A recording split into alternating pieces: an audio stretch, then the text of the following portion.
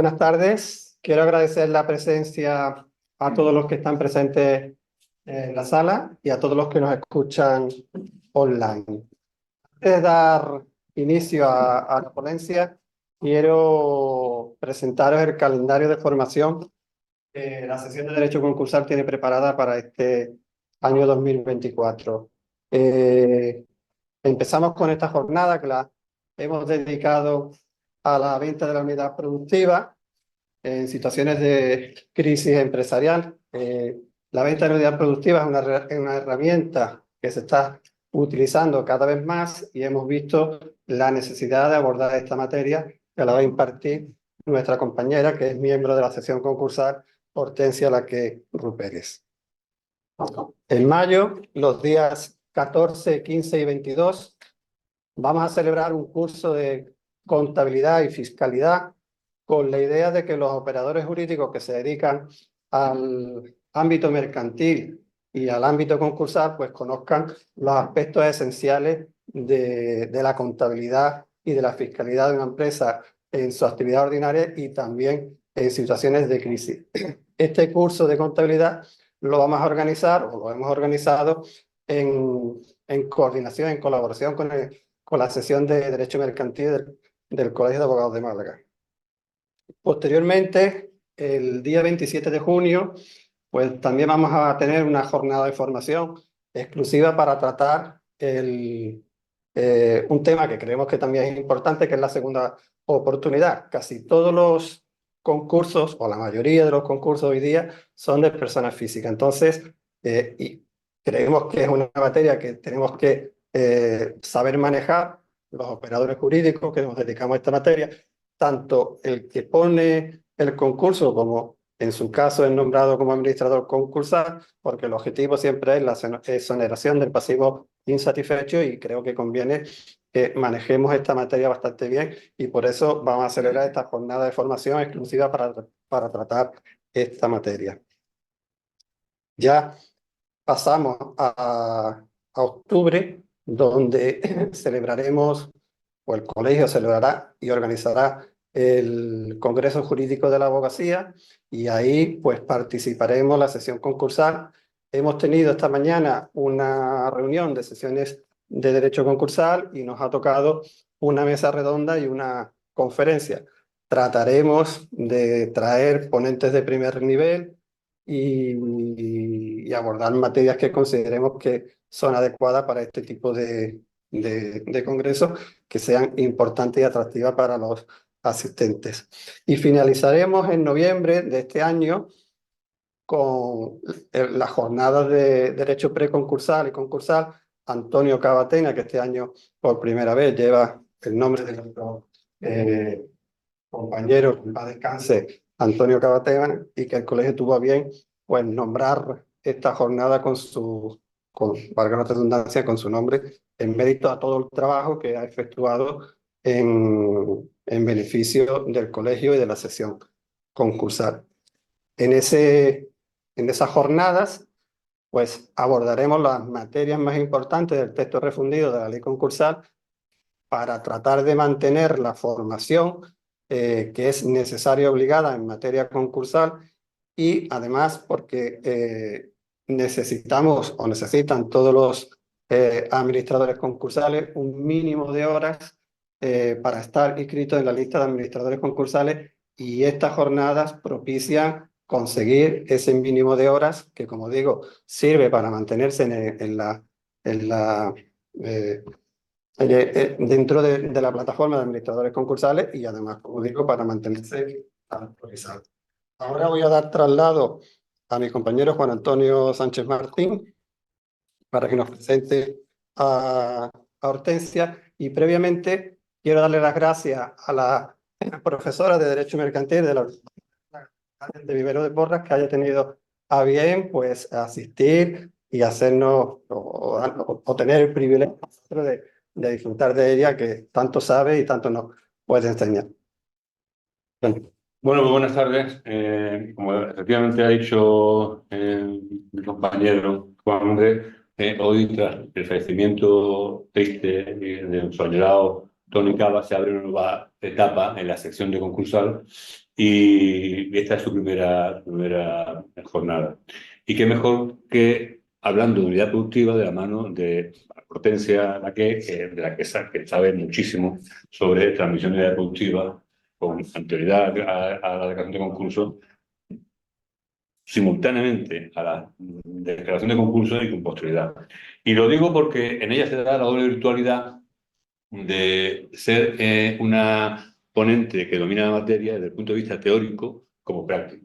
Desde el punto de vista teórico, no en vano, ella es profesora, imparte la clase de venta, transmisión de vida productiva en el diploma especializado de reestructuraciones y financiación empresariales de la Universidad de Loyola, por tanto domina la materia en ese sentido, desde el punto de vista teórico, magníficamente. Y desde el punto de vista práctico, porque no nos cansaremos de decir que ella tiene el estigma desde siempre de haber sido la única experta que con anterioridad al texto refundido de la ley concursal llevó a cabo una venta de vida productiva en Málaga con éxito. Por tanto, yo creo que si lo breve es bueno, si lo bueno es breve dos veces, yo creo que le doy la palabra a Hortensia para que nos ilustre con lo que ella sabe de transmisión de unidad productiva como solución a las crisis empresariales. Perfecto. Pues muchas gracias primero, Juan Antonio, por tus palabras. Siempre se nota que eres amigo mío. Y bueno, muchas gracias a todos, ¿no? por asistir. Es cierto que la venta de las unidades productivas es un tema, como decía Juan Andrés, que está bastante de moda en lo que se refiere a sociedades en situación de crisis empresarial, porque, tristemente, en los últimos años hemos podido comprobar que el concurso no sirve de mucho para tratar de salvar empresas, ¿no? Más del 90% de sociedades que presentan concurso acaban en liquidación y ese 10% restante de los que consiguen convenio son muy pocos los que consiguen finalmente una sentencia de aprobación de cumplimiento de convenio, ¿no? Por eso creo yo que esta herramienta o la venta de unidad productiva en las distintas vías que voy a intentar sistematizar, ¿no? Son una alternativa para mantener lo que es la actividad económica. Para centrar la cuestión, la venta de unidades productivas yo la clasifico en aquella que tiene lugar en una fase preconcursal, que aun cuando hay parte que se materializa en el concurso, buena parte de ella se desarrolla en un escenario preconcursal, y son tres vías las que a día de hoy disponemos de conformidad con el texto refundido de la ley concursal. Una es la vía de lo que se conoce como PREPAC, que viene regulada en los artículos 224 ter y siguientes.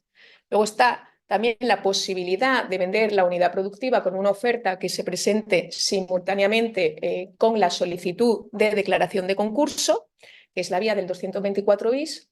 Una tercera vía, que es llevar a cabo la venta de unidad productiva a través de un plan de reestructuración. Esas son las tres vías, al margen de la de microempresa, que no la voy a tratar, que también permite la transmisión de una unidad productiva a través de un plan de continuación o liquidación con transmisión de unidad productiva en funcionamiento. Como digo, para el resto de sociedades que no son microempresas, es decir, aquellas que tienen más de 10 trabajadores, estas son las tres vías que voy a tratar de explicar en esta sesión. Otras de las vías, por dejarlas dichas, por las que se puede vender la unidad productiva es ya dentro del concurso, ya sea en fase común, en fase de convenio o en fase de liquidación. Pues comenzando antes de examinar cada una de ellas, creo que es importante determinar qué se entiende por unidad productiva. Sobre todo porque, creo que es la anterior. ¿Qué se entiende por unidad productiva? Sobre todo porque hasta el texto refundido de la ley concursal no existía una definición en la ley concursal de qué debía entenderse, ¿no? Existiendo dos teorías al respecto. Y, como digo ahora, el texto refundido de la ley concursal dice que es unidad productiva el conjunto de medios organizados para el ejercicio de una actividad económica esencial o accesoria. Como decía antes, existía la disyuntiva de si podía considerarse unidad productiva cuando, o si era necesario para considerar que era una unidad productiva, que hubiese contratos de trabajo vigentes. Con la nueva redacción consolidada en el texto legal vemos que no es necesario, por tanto, deja muy claro que debe entenderse por unidad productiva, que puede ser incluso cuando no haya contratos de trabajo en vigor. A mí, por ejemplo, me parece interesante esta definición, sobre todo, por ejemplo, en aquellas sociedades como pueden ser promotoras, que tienen distintos suelos, y tú puedes hacer una transmisión de unidad productiva cuando bueno, la simple tenencia de suelo es raro que, bueno, pues que suele haber trabajadores, ¿no?, afectos a ella. Una vez dicho, o una vez que nos hemos referido a cuál es la definición de unidad productiva, también me gustaría hacer una breve referencia a que se trata de una liquidación conservativa de una sociedad, por contraposición a una liquidación disgregada. Es decir, lo que se pretende con la transmisión de unidades productivas es que se mantenga la actividad a través de otro titular, otro objeto social o con otra forma jurídica, pero que se mantenga esa unidad productiva, como digo, en contraposición a lo que es una liquidación disgregada de una sociedad que se venden activos sin más y que lo único que tiene por objeto es una liquidación ordenada de la misma, ¿no? Entrando ya en el prepack, que es bueno, la primera de las vías a través de las cuales se puede tramitir esa unidad productiva, decir que el prepack es una herramienta que nace en una fase previa al concurso y nace porque el deudor solicita al juzgado de lo mercantil competente que le nombre a un tercero experto para que recabe ofertas de adquisición de esa unidad productiva. Una vez recabadas esas ofertas, la venta sí que se materializa dentro del concurso, ¿no? Como dentro del prepack es importante distinguir esta fase previa, que es donde se lleva a cabo toda la negociación y la obtención de ofertas de adquisición de la unidad productiva, pero la ejecución y la materialización debe hacerse, como ahora expondré, dentro del concurso. Antes de seguir esta solicitud de nombramiento de experto, aun cuando no se dice nada en la ley, creo que es perfectamente compatible con el hecho de que se comunique por parte del deudor la apertura de negociaciones con acreedores. Es decir, que se puede hacer de forma paralela una comunicación al juzgado de lo mercantil diciendo: oye, estoy negociando con mis acreedores para superar la situación, bueno, para intentar alcanzar un plan de reestructuración, dice la norma, para superar la situación de insolvencia, con lo cual se producen unos efectos que los más interesantes son paralización de ejecuciones, prohibición de inicio, mantenimiento en vigor de los contratos con una serie de especialidades y, paralelamente, solicitar el nombramiento de experto para que recabe esas ofertas, con lo cual, bueno, durante esa fase de búsqueda de ofertas tenemos ahí una protección que la ley nos brinda para que podamos continuar funcionando y que haya cierto margen para intentar localizar esas ofertas y poder y que se puedan materializar con cierta tranquilidad. En cuanto al objetivo, ¿cuál es el objetivo principal del prepack, ¿no? Es obviamente maximizar el precio de venta. Está claro que con la solicitud de concurso se produce, bueno, pues sigue teniendo ese estigma que determina, bueno, pues que hay una limitación de confianza en el mercado por parte de deudores, clientes, proveedores, con lo cual en esta fase de prepack todavía se puede maximizar el precio de venta de la unidad productiva. El segundo objetivo sería, por supuesto, conseguir una mejor satisfacción de los acreedores respecto a la que tendría la venta de la unidad productiva en liquidación, ¿no? Es lo que se conoce con el aforismo inglés de Best Interest of Creditors. El tercero sería evitar la destrucción empresarial, aprovechar las estructuras que ya tiene bueno, la unidad productiva que se va a vender y, sobre todo, conservar el empleo, ¿no?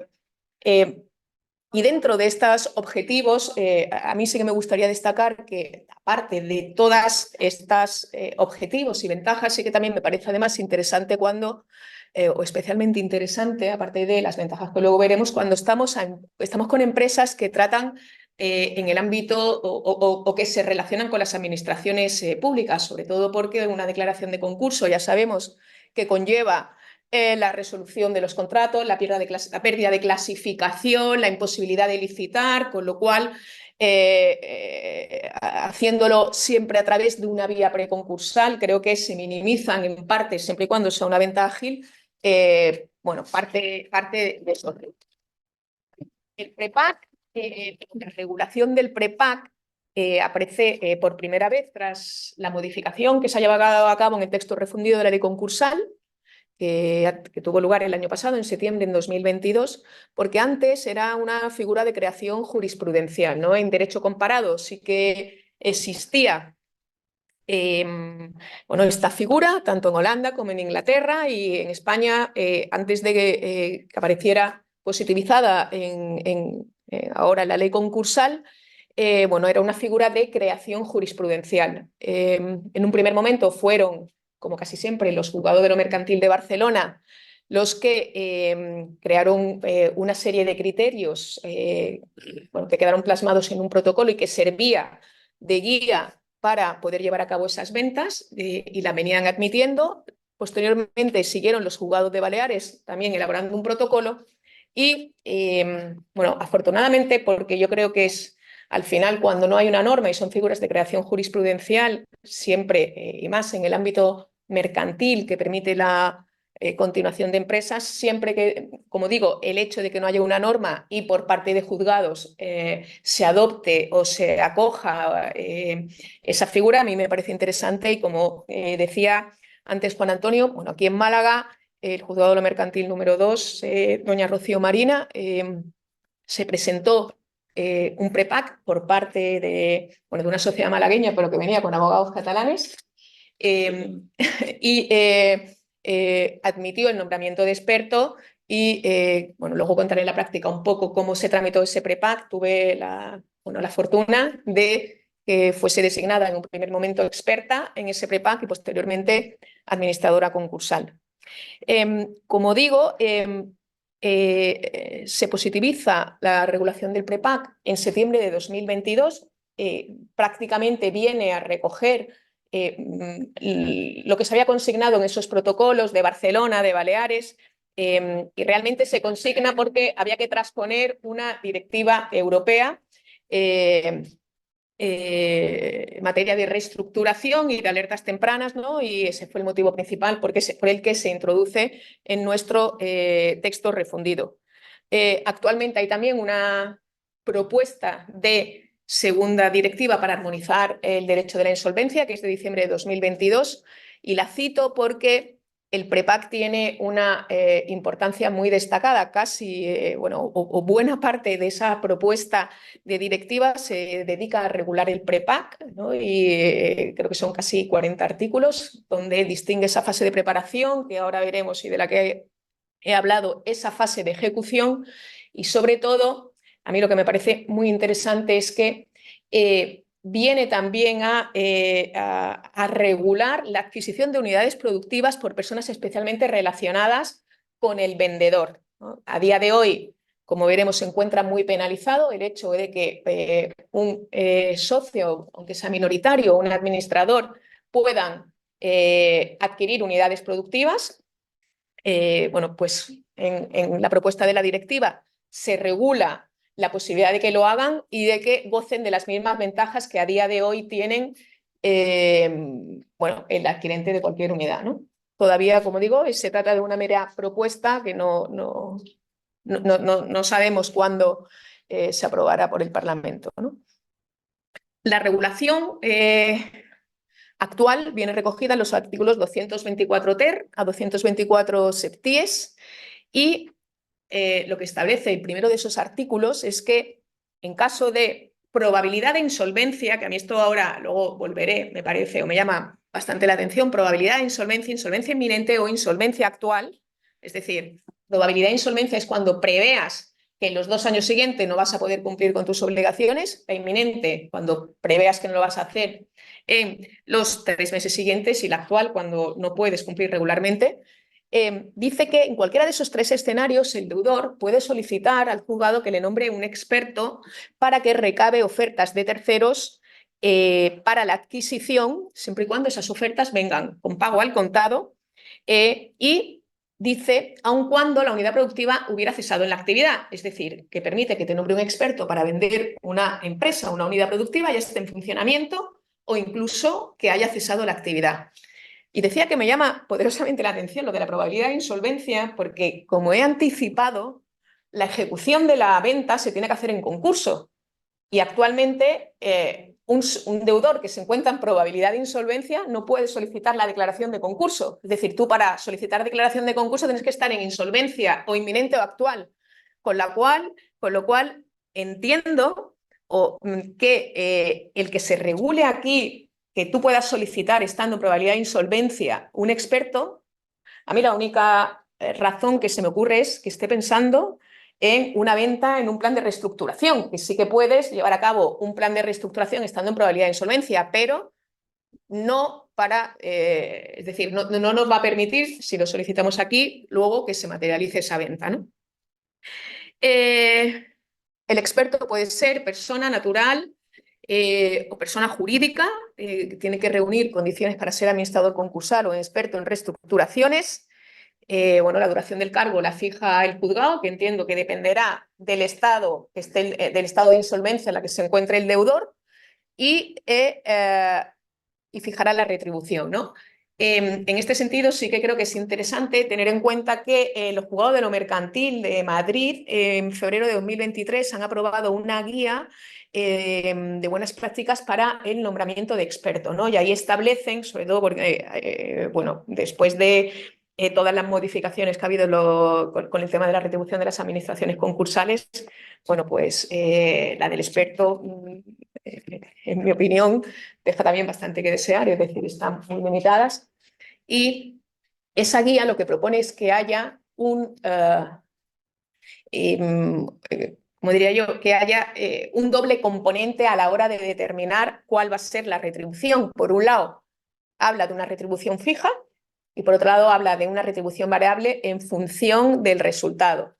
La fija va en una escala de 5.000 a 100.000, dependiendo del tamaño de la unidad productiva, y la variable también lleva unos porcentajes que van desde el 1% al 10% del producto de la venta. Siempre es crédito contra la masa. Un porcentaje de venta mínimo y sobre lo que es del producto total. Del producto total, y dice que ese variable se pagará en los 2 días siguientes al día en el que se haya llevado a cabo la venta. Y la horquilla, creo... Repite la pregunta porque los que están online no oyen la pregunta. No, bueno, la pregunta que hacía Luis Flavio era ese porcentaje sobre qué base se calculaba, ¿no? Y bueno, se calcula sobre el precio de venta final de la unidad productiva, ¿no? En cuanto al oferente o la oferta, ¿no? Una quizá también de las novedades que se ha introducido en el texto refundido ha sido que tiene que haber un compromiso de continuar o reiniciar la actividad por parte de quien oferte durante un plazo de 2 años. Que a mí también me voy a detener un poco porque este compromiso de asunción, bueno, pues genera cuando menos bueno, ciertas cuestiones, ¿no? ¿Qué pasa si se incumple, ¿no? ¿Qué indemnizaciones tengo qué tipo de indemnización es a la que me enfrento? ¿Quién tiene legitimación? ¿Quién tiene qué juez va a conocer, ¿no? Yo en mi opinión es decir, sí que, bueno, como tanto cuando estuve en el tema del PREPAG como luego posteriores adquisiciones o ventas de unidades productivas que he llevado a cabo, tanto por esta vía como el 224 bis, bueno, y siempre por parte del inversor es un tema que me preocupa porque estás asumiendo un compromiso que entiendo que es una responsabilidad contractual desde el momento en que yo hago una oferta y si esa venta o si esa oferta es aceptada y se materializa, yo entiendo que es una responsabilidad del 1089 del Código Civil y que tengo que responder de los daños y perjuicios que se causen con dolo o negligencia. Claro, ahí habrá que determinar si se cesa la actividad, cuál es el motivo por el que se ha cesado, ¿no? Pero bueno, en principio respondo siempre y cuando haya habido dolo o negligencia. Entiendo que de los daños previstos y de los que se pudieran haber, o sea, de los previstos y de los que se pudieran prever por el 1107, ¿cuáles son? Pues a mí cuando menos se me ocurre que si yo asumo un compromiso de durante 2 años de reiniciar o continuar con la actividad, cuando menos de los trabajadores que adquiero. Creo que esos daños los voy a tener que responder de ellos. De las indemnizaciones, pues puede ser que también. Yo aquí quiero hacer un inciso porque veo que la norma no prevé algunas situaciones importantes. Dice, habla del compromiso para reanudar la actividad. Y cuando no se pueda reanudar la actividad, por ejemplo, porque la licencia de la actividad no te la van a conceder porque ya está revocada por el ayuntamiento y no sea posible. Claro, pues No. yo, por ejemplo, ahí creo que está el deber de diligencia por parte del que hace la oferta de conocer cuál es la situación. Es decir, si ya se me ha comunicado por parte del ayuntamiento, oiga, se va a resolver, o yo sé que estamos dentro de unas causas de resolución legales, yo entiendo que eso es un daño que yo podía haber previsto. Es decir, aquí el problema es que como no hay una regulación específica, bueno, al final son cuestiones que se van, bueno, se te pueden ir planteando. Otra de las cuestiones a mí se me plantea es quién tiene legitimación. Entiendo que un afectado. ¿Y quién es un afectado? Entiendo que en todo caso los trabajadores. Un acreedor, si yo compro, como ahora veremos, en el prepack, a mí una de las ventajas que me ofrece comprar vía prepack es que yo tengo exclusión de la responsabilidad de las deudas anteriores. Entonces, un acreedor anterior, salvo que yo haya asumido expresamente que me voy a subrogar en su deuda, entiendo que un acreedor anterior no me va a pedir responsabilidad.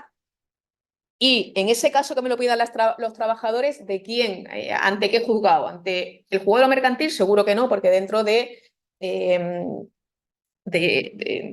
dentro del articulado de la norma no prevé como competencia del juzgado mercantil, será el civil, pero si es un trabajador, ¿se puede ir al juzgado de lo social?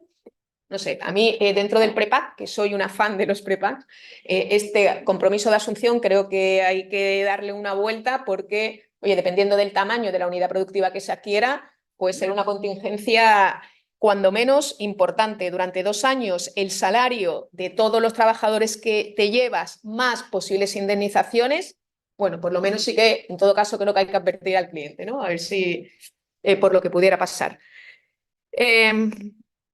Si se declara el concurso siguiendo con la regulación, el juez luego puede ratificar el nombramiento del experto y si lo ratifica tiene la condición de administrador concursal. ¿Cuáles son las funciones del experto? Las funciones del experto, por un lado, es asistir y supervisar al deudor en la preparación de esas ofertas de venta. Es decir, la ley, o mejor dicho, estas funciones que no están específicamente reguladas también, aparte de la guía que he mencionado de buenas prácticas para el nombramiento de expertos, se creó también por los juzgados, fueron aprobadas también por los juzgados de lo mercantil de Madrid, una guía de buenas prácticas para la declaración del prepack, ¿no? Entonces ahí también contenía un elenco de cuáles eran esas funciones que son las que bueno, yo he seguido, ¿no? Como digo, asistir y supervisar al deudor, familiarizarse con el negocio, informar a los acreedores del proceso, obviamente participando con los acreedores privilegiados, con los acreedores públicos y con los trabajadores. Y digo esto porque al final, en el caso de que esa oferta llegue a buen puerto, como luego veremos, en la fase de ejecución de la venta sí que estos acreedores tienen especial trascendencia, con lo cual sí que creo que hay que hablar con ellos antes para saber cuál va a ser su posición. Es decir, para evitar remar y quedarnos, ¿no?, luego a la orilla si en último momento, oye, no los hemos escuchado y al final estaban cerrados en banda y no no iban en la línea, ¿no?, de, sobre todo los acreedores privilegiados, ¿no?, de apoyar la venta. Tienen que estar siempre, siempre todas estas operaciones, como he dicho al principio, presididas por absoluta transparencia, por fomentar la competitividad entre todos los posibles oferentes. Realmente lo que se trata es, por supuesto, de mantener la actividad, pero intentar conseguir el mayor precio para satisfacer a los acreedores, ¿no? ¿Y esa competitividad cómo se consigue? Bueno, pues intentando que todo aquel que esté interesado en adquirir la unidad productiva tenga igualdad de armas para poder conocer de primera mano toda la información. Yo, por ejemplo, en el prepack en el que participé, lo que hice fue que creé una data room, pedía un depósito a quien quisiera tener acceso a esa información, que obviamente no era pública, se le pedía un depósito, por lo menos como gesto de que realmente estás interesado en querer analizar esa documentación. Si luego, oye, no hacías la oferta, se te devolvía. Y obviamente firmando muchos disclaimers en temas de confidencialidad, ¿no? Porque suele ser frecuente que aquellos que ofertan para adquisición de unidades productivas sean competidores. De hecho, en el caso del prepack al final se lo quedó un competidor, ¿no? Entonces, bueno, el que tiene una intención seria, que conozca esa información, obviamente es imprescindible para que pueda ofertar con conocimiento de causa. Pero bueno, luego muchas veces ahí puede haber, no sé, intereses espurios, con lo cual, ¿cómo garantizas que todo el mundo tenga acceso? Tampoco eres nadie para negar esa información. Es complicado, pero bueno, yo como intenté salvarlo es, como digo, con un previo depósito, crear un data room donde se colgaba toda la información y Y si no es una indiscreción, ¿cuál fue el importe del depósito? te digo la verdad, no sé si fueron 5.000 o 10.000 euros. Es decir, no era... No lo recuerdo exactamente, pero sí que era disuasorio para que si tú no tenías un interés real... Eso me refería. Si tú no tienes un interés real, oye, no vas a consignar, porque yo, es decir, yo entiendo que la mayoría, obviamente, de compañeros que se dedican a la administración concursal, si al final no es tu oferta, tú lo devuelves, pero no sabes, es decir, el que hace la oferta, si no está interesado, dirá, oye, ¿y tardarán en devolverme el dinero 2 meses, 6 meses? Es decir, tienes que tener cierto interés para bueno, pagar el depósito. En mi caso era sobre todo, me llamó mucha gente, a mí mi impresión es que no, es decir, por calificarlo de alguna manera, había bastantes tentones. ¿Y cómo discriminas? Es decir, tú al final también quieres realmente conseguir. Entonces, bueno, yo creo que fueron 5.000, no recuerdo exactamente, pues ya es del 2021, pero bueno, aproximadamente por ahí van las cifras. Y bueno, dentro de esas funciones, una de las funciones principales, que es la que, como luego veremos, tiene su importancia en lo que es la tramitación dentro del concurso, es la confección de un informe final con todas las gestiones que se han llevado a cabo. Yo, como digo, para mí, en mi caso, sí que ese informe quería que fuese lo más detallado posible para que, si era lo suficientemente detallado, el juzgado iba a considerar que había habido libre concurrencia, publicidad y transparencia y que, por tanto, la agilidad dentro del concurso fuese bueno, la mayor posible, de manera que se pudiera llevar a cabo la venta de forma muy, muy rápida, ¿no? Yo tuve distintas reuniones con acreedores privilegiados. En mi caso, sí que había acreedores con privilegio especial, con lo cual, bueno, como luego veremos, me adelanto, es muy diferente en el caso de que haya acreedores con privilegio especial que quien compra se quiera lo quiera hacer con subsistencia de la garantía o sin subsistencia de la garantía. Normalmente el que compra dice, yo quiero comprar libre de cargas. A mí no, yo no me voy a subrogar en esta garantía, ¿no? Y ahí hay que cumplir una serie de requisitos, con lo cual para mí era vital conocer ese acreedor privilegiado en el caso, como era el caso, de que el adquirente no se quisiera subrogar, para él cuál era el precio mínimo a recibir, ¿no? Entonces, sí que mantuve, como he dicho, varias reuniones con los privilegiados especiales, también con los trabajadores, porque bueno, me parecía lícito que conocieran cuál era la situación, dónde iban a ir y el por qué. Entonces, quizá por ser de los más novedosos, que todavía, como digo, era de creación jurisprudencial, bueno, pues la gente ante el desconocimiento de una norma o ante la inseguridad, pues yo creo que me pude reunir 7 u 8 veces, o sea, y bueno, ese informe, aparte de contener una información detallada de todas las gestiones llevadas a cabo, se hacía o hizo una valoración de la unidad productiva, tanto en funcionamiento como en liquidación, para que se pudiera ver claramente cuál era el precio en uno u otro escenario. En mi caso era muy particular porque era un concesionario de coches. Obviamente los concesionarios trabajan con marcas y la marca había mandado ya una carta de resolución, con lo cual, y las causas de resolución que invocaba tenían, bajo mi criterio, fundamento suficiente para que en un juzgado se hubiese acordado la resolución del contrato, ¿no? Con lo cual, si la marca no estaba dispuesta a continuar, que ya había comunicado esa resolución, o sea, había comunicado la resolución extrajudicial, yo podía discutirla, si la ganaba en un juzgado, el adquirente podía subrogarse en ese contrato, pero yo entendía que pelear esas causas de resolución en un juzgado era causa perdida, ¿no? Entonces, por eso en el informe sí que se hacía referencia a cuál era el valor en un escenario y en otro, ¿no? En ese caso, al final, bueno, la oferta del tercero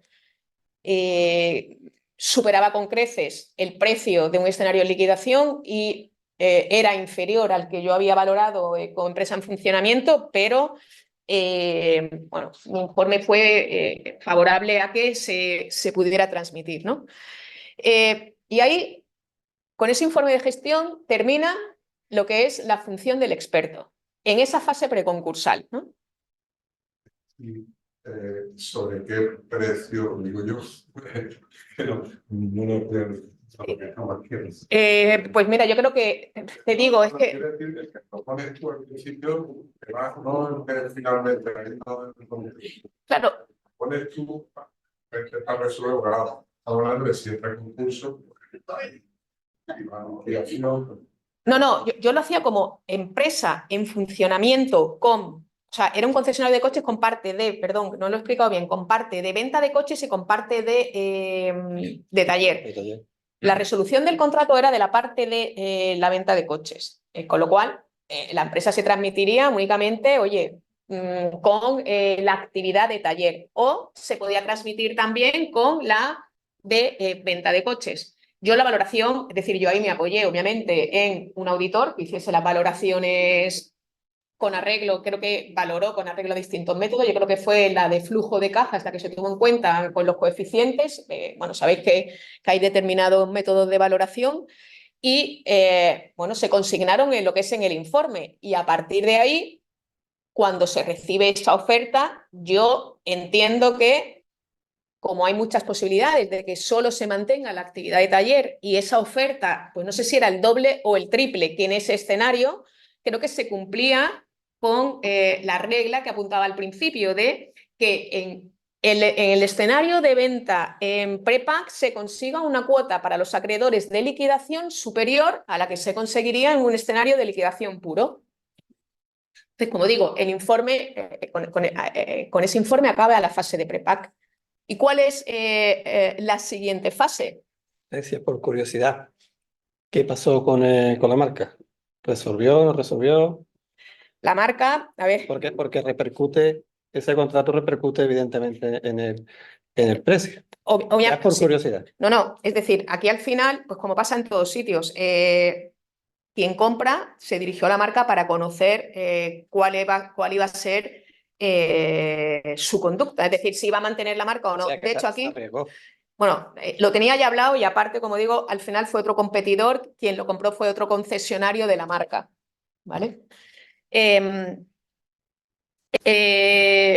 Como decía, esta es la fase previa y ahora está la fase de ejecución, ¿no? Es en la que oye, con ese informe que yo he emitido, el deudor, para que se pueda materializar la compra, y además así lo dice la norma, dice, para que se pueda materializar la compra es necesario que la sociedad esté en concurso. Con lo cual, presentó su solicitud de concurso, su solicitud de liquidación y mi informe.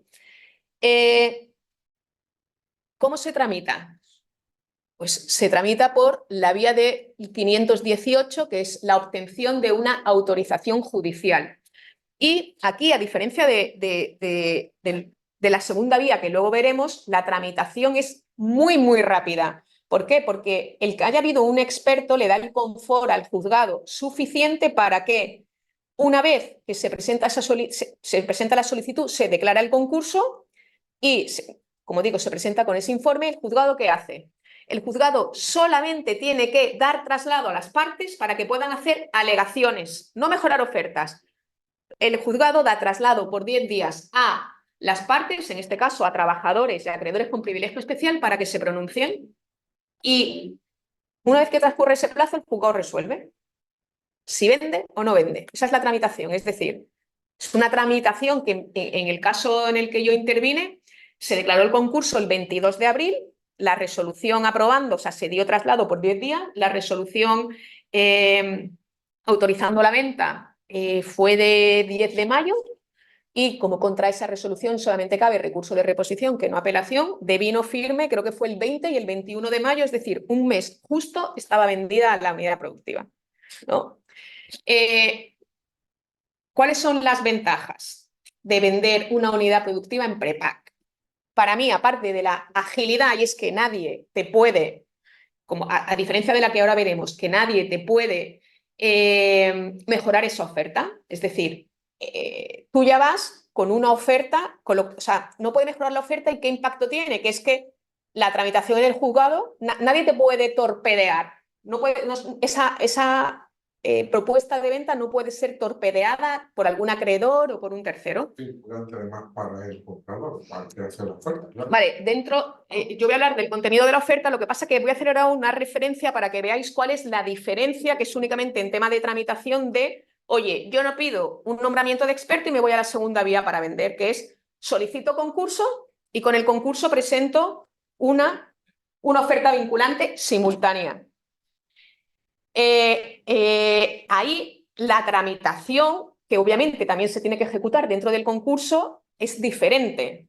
Es diferente, ¿por qué? Porque como no ha habido una fase anterior donde se haya publicitado, oye, se va a vender esta unidad productiva, ¿qué sucede? Que se presenta la declaración de concurso con la oferta vinculante y el juzgado, ¿qué hace? La publica en el registro público concursal, da traslado a acreedores y a posibles interesados y cualquier interesado durante los 15 días siguientes puede presentar otra oferta. Se pueden presentar ofertas alternativas. Si se presenta una oferta alternativa, pues se convoca tanto al primer oferente como a los oferentes posteriores a una subastilla para que puedan mejorar esa primera oferta. Con lo cual, si tú vendes una unidad productiva que pueda resultar muy atractiva, pues a lo mejor hay otros terceros que puedan mejorar tu propuesta y se puede dilatar en el tiempo, pues no sé, 3 meses, 4 meses.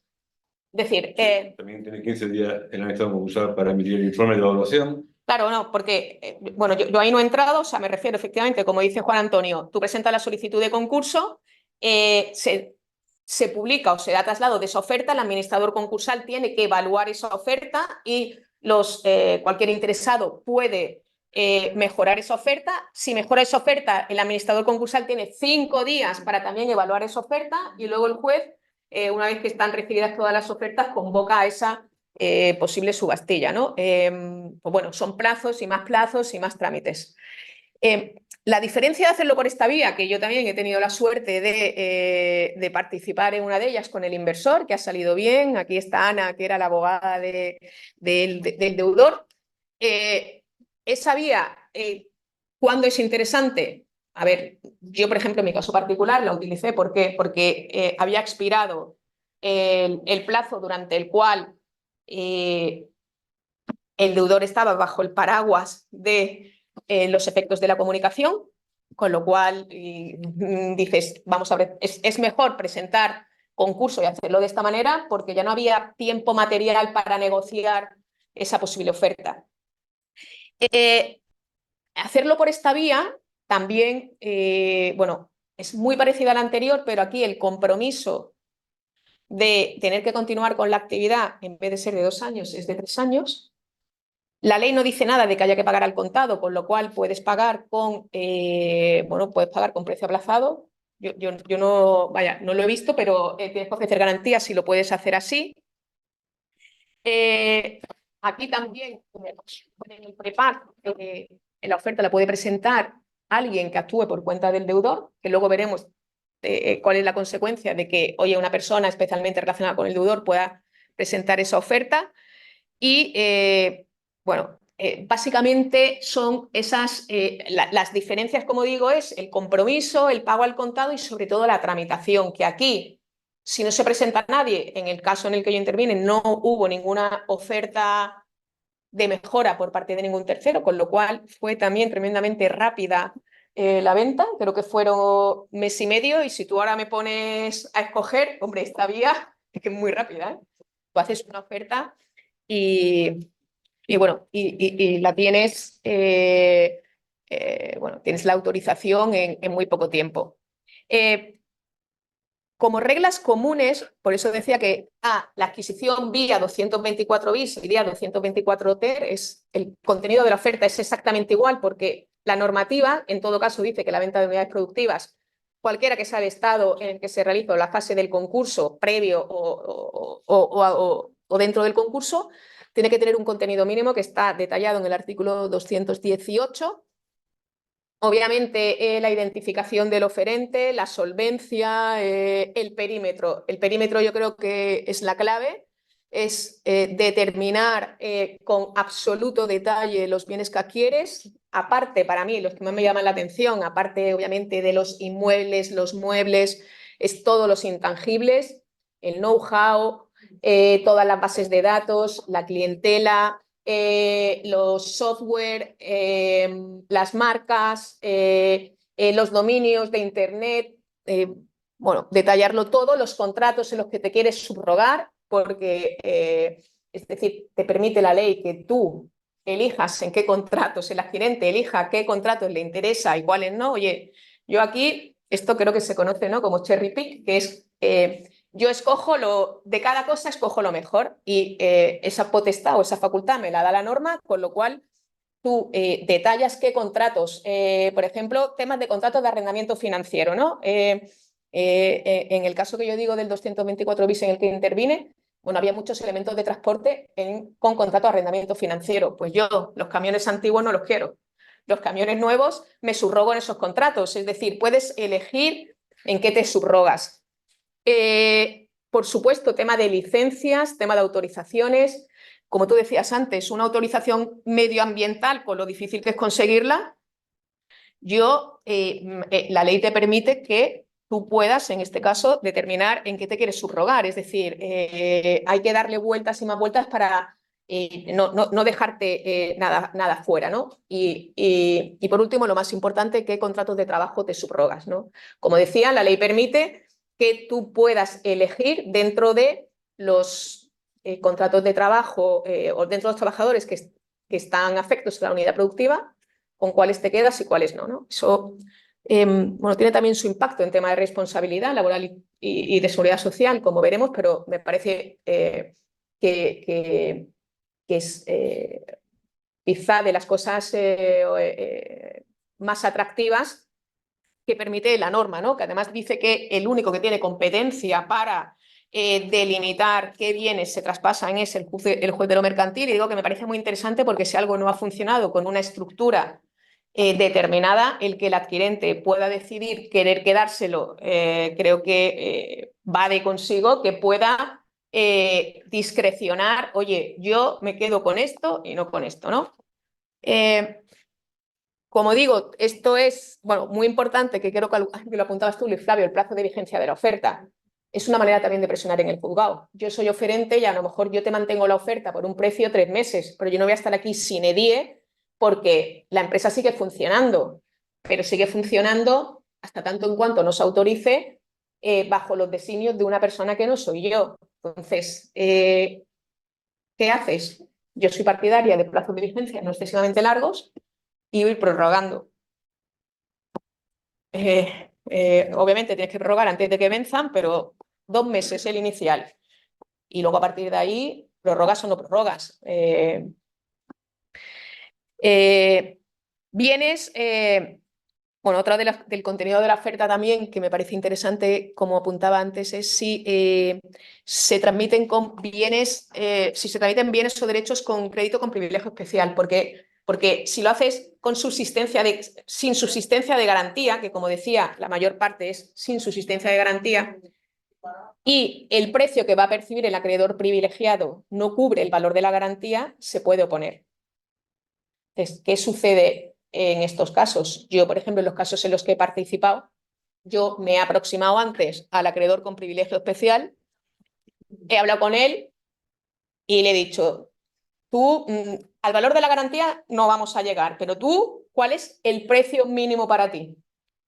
Porque sé que es una condición indispensable para el que adquiere. Yo lo quiero sin garantía, pero también para que sea sin garantía necesito lo que hay del acreedor con privilegio especial. En este caso, en mis casos siempre han sido bancos. Con lo cual, bueno, tiene que quedar perfectamente determinado en la oferta si quieres que esa unidad productiva se haga con subsistencia de garantía. Por ir muy rápido, ¿cuáles son para mí la absoluta ventaja de llevar a cabo estas ventas en fase preconcursal? Pues la exclusión de responsabilidad. El que adquiere no se subroga en ninguna de las deudas anteriores a la transmisión, sea crédito concursal, sea crédito contra la masa, incluidas deudas tributarias. La única excepción es que yo expresamente me quiera subrogar en deuda anterior, que puede ser que lo haga con acreedores que son estratégicos para la unidad productiva, y con los créditos laborales y de la seguridad social de los trabajadores que me llevo. Esas son las 2 únicas excepciones. Es decir, todo lo demás lo compro libre de polvo y paja. Y me subrogo en los créditos laborales y de seguridad social de los trabajadores que he indicado que están dentro del perímetro de la unidad productiva. Y respecto de esos, incluso el juez puede acordar que las cantidades que esos trabajadores perciban del Fogasa por créditos o indemnizaciones anteriores las pague el Fogasa y no las pague el adquirente. Entonces, pues para mí es la superventaja. Y otra de las ventajas es la cesión ex lege de los contratos. Es decir, yo no me tengo que poner a negociar con ningún con ningún tercero los contratos que ya están vigentes. Todos pasan a mí. Hay una particularidad respecto de los contratos que se rigen por la ley del sector público, que necesitas el ok de la administración, necesitas la conformidad de la administración, que te lo va a dar siempre y cuando esa contratación no haya sido por razón de las cualidades personales del contratista. Es decir, oye, si yo contraté a Julio Iglesias, no me lo cambies por, no sé, por otro cantante. Pero, por ejemplo, en temas de contrato de obras, en temas, es decir, en el que la persona que ejecute la obra o las cualidades personales no han sido esenciales, se van a ceder esos contratos de acuerdo con la tramitación de las normas del sector público. Es decir, ventajas: cesión ex lege de contratos y exclusión de responsabilidad. Desincentivos: pues el compromiso de asunción de continuar o reiniciar la actividad por esa contingencia de posible indemnización de daños y perjuicios, y el régimen especial para las personas especialmente relacionadas. A día de hoy, si compro una persona especialmente relacionada, el régimen de exclusión de responsabilidad que comentaba no opera. Puede comprar un socio o un administrador, pero se subroga en todas y cada una de las deudas anteriores. La propuesta de segunda directiva, como anticipaba, sí que prevé un régimen especial para ellos. Y la tercera vía que anunciaba, que voy a referir a ella muy brevemente, que es la venta de unidad productiva en un plan de reestructuración. La primera cuestión que se plantea es si cabe vender unidades productivas. En todo caso, decir que sí, seguro. El 614, dentro del contenido del plan, permite que se puedan transmitir unidades productivas, incluso habla de la totalidad de una empresa en funcionamiento. Aquí la única discusión es si se pueden transmitir en el ámbito de un plan de reestructuración empresas sin actividad, ¿no? En mi opinión, creo que no se puede transmitir una empresa sin actividad por la vía del 633.10, que te dice que si tú pides la homologación, cuando te habla del contenido, te dice que habrá que sea razonable en la viabilidad de la empresa en el corto y medio plazo. Si yo estoy tramitando una empresa sin actividad, creo que este requisito no se cumpliría, con lo cual creo que es posible vender solo empresas en funcionamiento. Otra cosa que creo que sí que podría caber es que dentro del plan de reestructuración yo lo que haga es, yo vendo la unidad productiva dentro del plan y con ese producto y con el pasivo refinanciado pago. Eso creo que podría tener encaje, pero lo que sí que creo que no cabe es una empresa que no está funcionando, venderla, que el objetivo o el contenido del plan sea la venta de la unidad productiva sin funcionamiento. Ahí yo entiendo que no, pero bueno. ¿Cuáles son las ventajas? Pues, en primer lugar, que las otras son solo a voluntad del deudor. En un plan de reestructuración se puede, entiendo, vender la unidad productiva a instancias de acreedores mayoritarios, creo que arrastran al minoritario y a los socios, con lo cual la venta a instancia de un acreedor en ámbito de plan de reestructuración creo que cabe. Otra ventaja, que no tengo compromiso de asunción, de continuar con la actividad, y si se me homologa el plan, entiendo que estoy protegido frente a acciones rescisorias si me voy a concurso. Desventaja de llevar a cabo una venta a través de un plan de reestructuración, para mí la fundamental, que aplica para la venta legislación mercantil, sigue aplicando legislación laboral, legislación administrativa, es decir, que no tengo ninguna de las ventajas que me ofrece la ley concursal en cuanto a exclusión de responsabilidad. Con lo cual, comprar sabiendo que me voy a subrogar en deuda de seguridad social y deuda tributaria, aparte de toda la deuda anterior, bueno, por lo menos de acuerdo con la normativa laboral y tributaria, a mí ya me desincentiva. Segundo desincentivo importante, no hay cesión ex lege de contratos, es decir, yo puedo comprar y a mí me puede decir al día siguiente como causa de resolución del contrato la otra parte, oye, no sigo. Entonces, también me parece un desincentivo considerable. Tampoco puedes escoger a los trabajadores, es decir, compras la unidad productiva entera. Si luego los quieres despedir, asumes tú lo que son todo el tema de indemnizaciones. Y bueno, la única ventaja es que si compra una persona especialmente relacionada, bueno, pues no hay diferencia en cuanto a la exclusión de responsabilidad, ¿no? Y bueno, estas son las tres vías que a día de hoy, en fase preconcursal, se pueden explorar o se pueden utilizar para vender una unidad productiva y bueno, y ahí están las ventajas y los desincentivos que, bueno, por lo menos yo veo en cada una de ellas, ¿no? Así que, gracias. Al final es mejor que el empresario que no Una pregunta. ¿Y tú crees que la jurisdicción social se va a aquietar así pacíficamente a que en cualquier caso el perímetro lo dictamine el juego mercantil? Pues yo tengo noticias ya de que a ver, yo he leído dos resoluciones, una del TSJ de Andalucía muy reciente, que supongo que sea la que tú también seguro has tenido oportunidad de ver, ¿no? De hace más o menos un mes. Esa, es decir, que ahí efectivamente acuerda la sucesión empresarial, pero estaba hecha con la norma, la venta de la unidad productiva se hizo antes de la reforma del 2022. Yo, a ver, la jurisdicción social, ojalá nos aquiete. ¿Por qué? Porque acabas con la incertidumbre. Aquí depende a quién le preguntes. Tú le preguntas a un juez de lo mercantil y te dice, está clarísimo, la competencia es nuestra. Sí.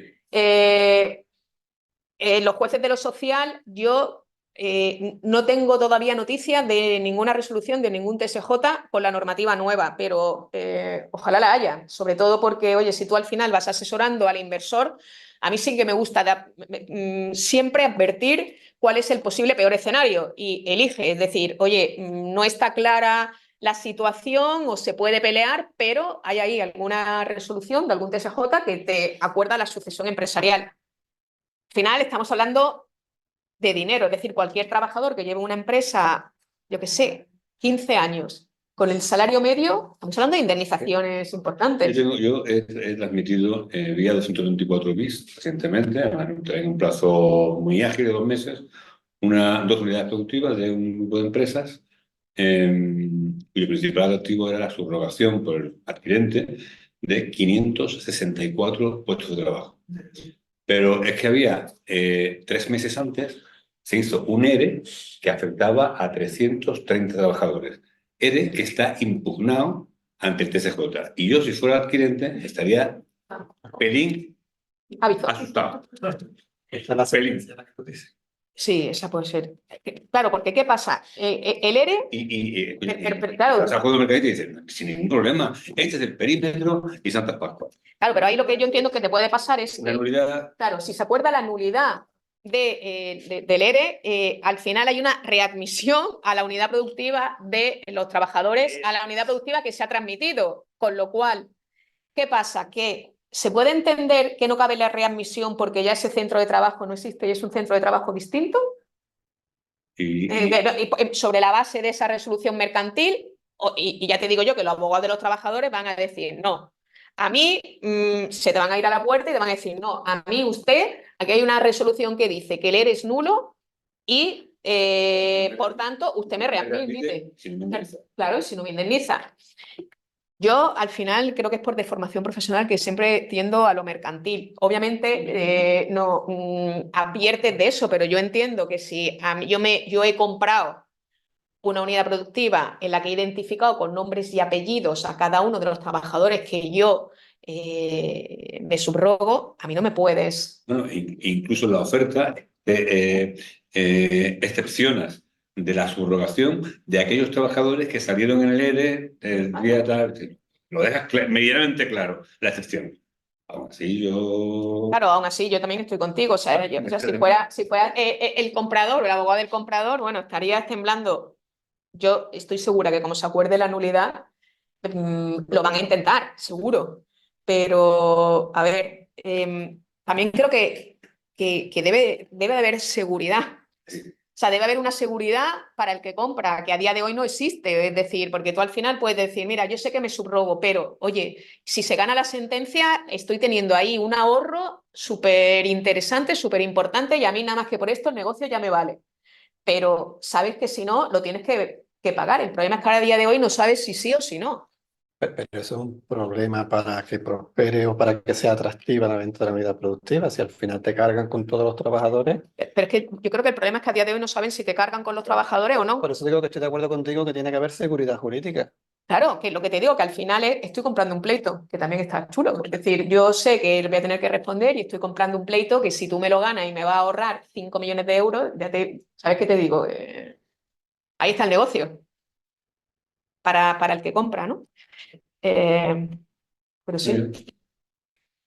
Pues nada. Bueno, vamos a seguir. Hay un turno de preguntas que ha iniciado Juan Antonio y Carmiña de Vivero pues quería hacer una pregunta. Bueno, felicitar a Hortensia, como siempre, da gusto escucharla hablar, ¿no? A mí me atrae mucho el experto en cuanto a sus funciones. Y lo hemos hablado alguna vez, quería un poco que lo refirieran aquí, porque no solamente sus funciones, porque creo que no sabemos muy bien hasta dónde llega ese experto, tiene que negociar, qué tiene que hacer, hasta dónde va su función. Y luego también en cuanto a la formación, que lo hemos hablado muchas veces, ¿no? Los economistas tiran mucho de decir somos nosotros y no hace falta tener conocimientos jurídicos. Yo creo que esto no es así, que también hay que tener, ¿no?, los conocimientos económicos suficientes. Es decir, o sea, un poco para que nos comentara un poco sobre esto, creo que es muy interesante, ¿no? A ver. Por favor, empieza repitiendo o haciendo un resumen de la participación de Carmiña, porque para los asistentes online es que no lo oyen, ¿vale? Sí, bueno, ella ha preguntado, yo creo que he entendido. A ver, por un lado, cuáles son esas funciones del experto, el alcance en cuanto a la negociación y supervisión, por un lado, y por otro lado, sí, efectivamente, cuáles son las cualidades que tiene que tener ese experto, ¿no? ¿Qué formación? Si más jurídica, más económica. Bueno, empezando por la primera pregunta, la de cuáles son esas funciones. La ley te habla de, creo que, bueno, la ley no, perdón, el protocolo te hablaba de supervisar, familiarizarse con el negocio.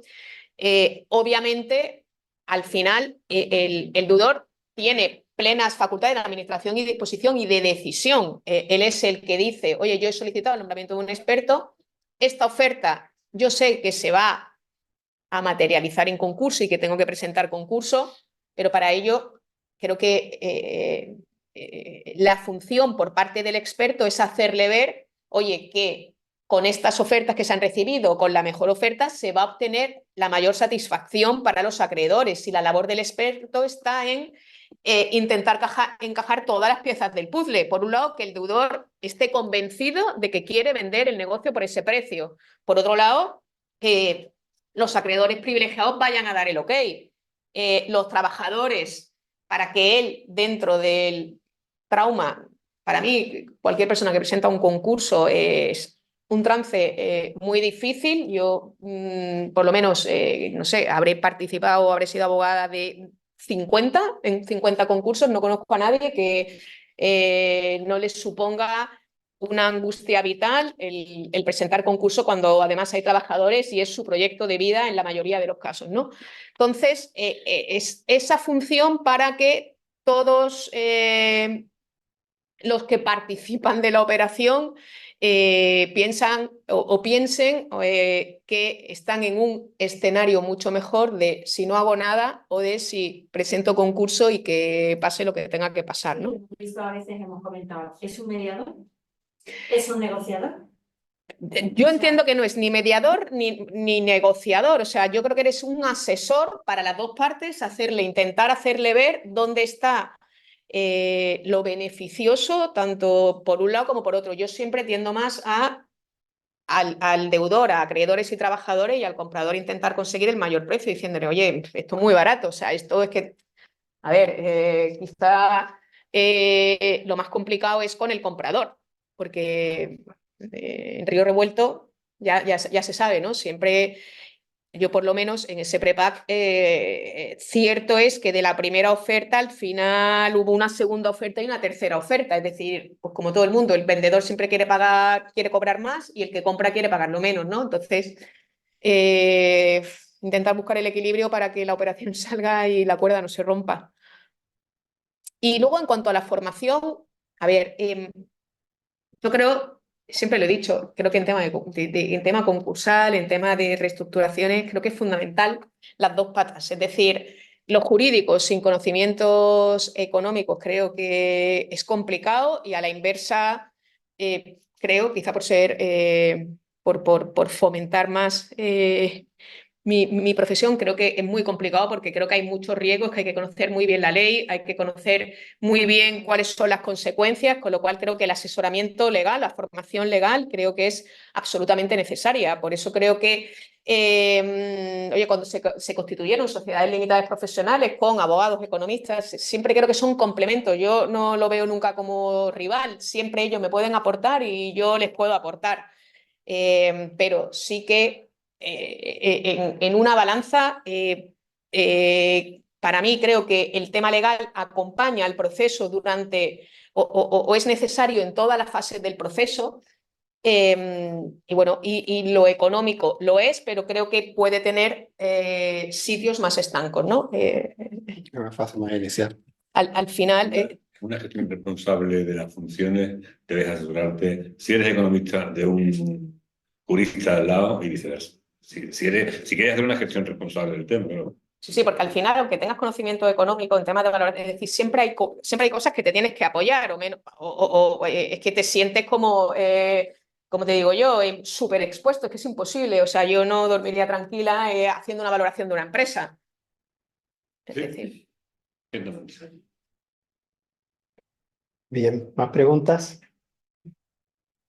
Yo Yo, la impresión que a mí me ha dado es que realmente toda la práctica de las 3 vías que plantea, la primera es la única que se desarrolla en la realidad, ¿no? Eso yo no. No.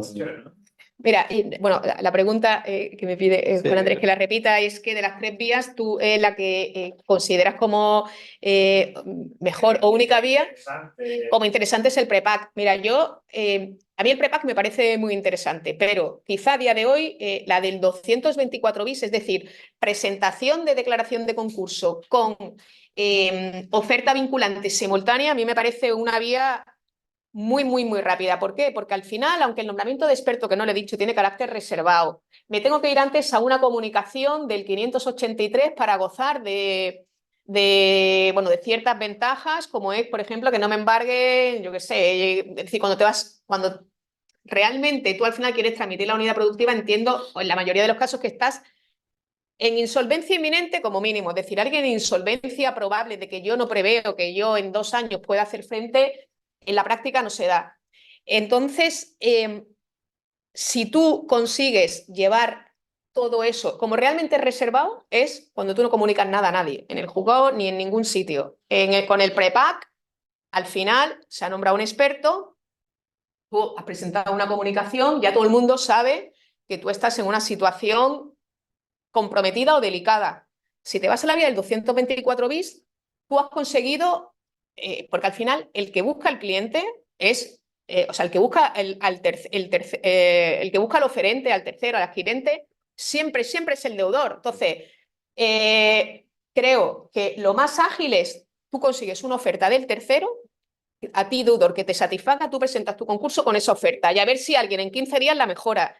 Es que el plazo que dice la ley que tienen los terceros para mejorar esa oferta son 15 días, que es un plazo, como estemos hablando de una empresita mediana, tú haces una due diligence allí en 15 días, imposible. Entonces, ahí sí que, yo por ejemplo, en el caso que comentaba el 224 bis, que era una empresa mediana, con contratos con administraciones públicas y tal, creo que se presentó el concurso en enero, 15 de enero, 16 de enero se declaró, y la venta por la vía del 224 bis fue en febrero, el 21 de febrero, o sea, 5 semanas.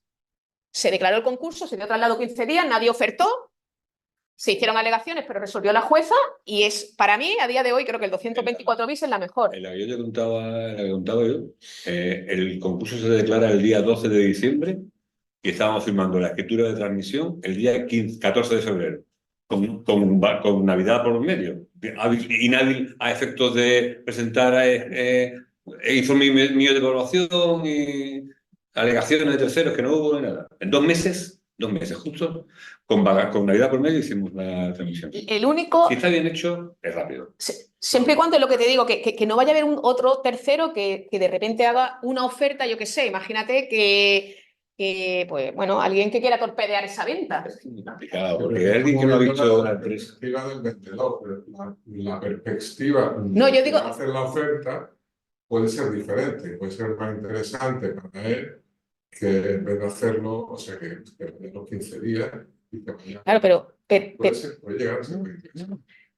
bueno, pero puede ser, es decir, aquí la diferencia es que en la vía del 224 bis ya hay un punto de partida, oye, está esta oferta con este perímetro y ofertan tanto. Y que es que tú no tienes tiempo material para ver, es decir, si se te escapa algo. Obviamente tú puedes decir, esta oferta por esto, que se lleva a X trabajadores y tal, yo qué sé, 1 millón. Tú ves la cifra y tal y lo puedes intentar mejorarlo, pero no has tenido, yo por lo menos en las ofertas en las que se han llevado a cabo, la del 224 bis, el tercero estuvo negociando 4 o 5 meses por lo menos. Es decir, allí llevó a cabo cuando llega tenía todos los deberes perfectamente hechos. Se puede haber expuesto a que un tercero, pero él decía, bueno, si me llega un tercero, tengo margen para intentar mejorar. Pero en 15 días tú vas a comprar, te vas a subrogar en 70 trabajadores sin conocer, yo qué sé, con contratos, en este caso que había contratos con administraciones públicas, que vaya a hablar a ver si te van a subrogar. Es decir, yo lo veo muy, muy difícil.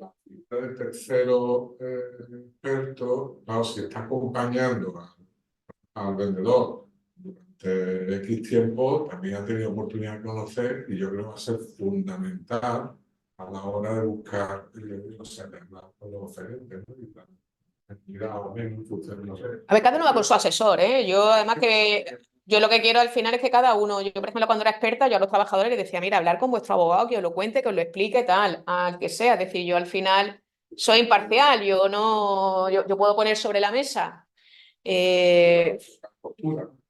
Claro, a mí lo que me interesa es que salga a la venta, pero tampoco te puedes posicionar en un lado o en otro. Pero vaya, el 224 bis para mí, sin duda, creo que es la mejor vía. Hortensia, al hilo de lo que estás explicando, ¿qué pasaría si el experto se da cuenta que la oferta procede de una empresa o persona física con cierta vinculación con el deudor?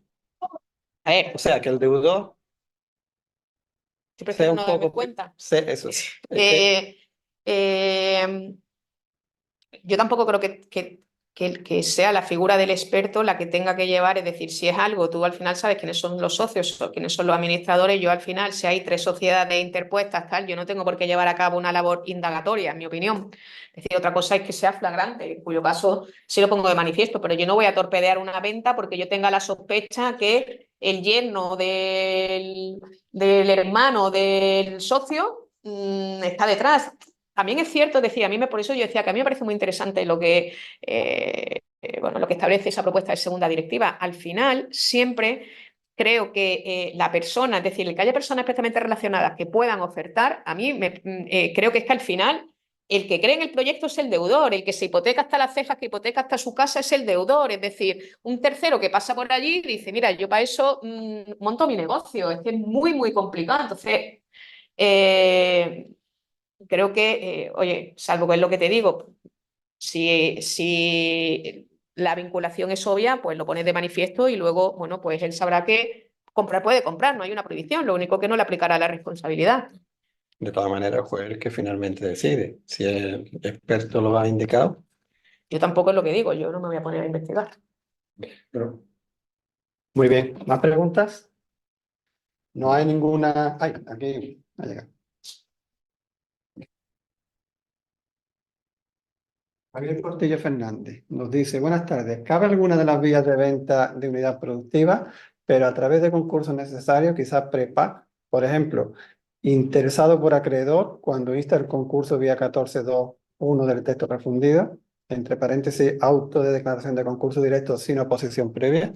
A ver, yo creo que desde el momento, es decir, el concurso necesario, entiendo que la legitimación parte del acreedor y que para la solicitud de un experto en prepack es el deudor el que puede solicitar que se le nombre un tercero. No sé si la pregunta va por la vía de, oye, se ha solicitado un experto y luego se presenta un concurso necesario. Por eso digo yo que a mí, creo que lo apuntaba al principio, son dos vías paralelas. Es decir, yo tengo que tener la confianza de que mientras estoy negociando con un prepack tengo todos los efectos del 583 y siguiente, es decir, que no me van a poder instar un concurso necesario. En cuanto no estoy protegido dentro de eso, o sea, por esos efectos, si alguien me insta un concurso necesario, entiendo que esa labor que se ha llevado a cabo, si la ha terminado el prepack y ha emitido su informe, la ley, o sea, la ley lo que te dice es que con la solicitud de concurso se presente el informe del experto. No sé por qué vía puede un acreedor, que es quien tiene legitimación en el concurso necesario, tener acceso a ese informe. Desde luego, al informe del experto, ¿no? Por eso te digo, entonces, que al final la ley lo que te dice es que tú cuando solicitas el concurso debes de, o sea, cuando se solicita el concurso en un prepack tienes que acompañar el informe final del experto independiente y con eso se declara el concurso y bueno, y el juzgado da traslado de esa oferta para que se hagan observaciones. Desde el momento en que no puede tener acceso a ese informe el acreedor, no sé cómo lo va a juntar.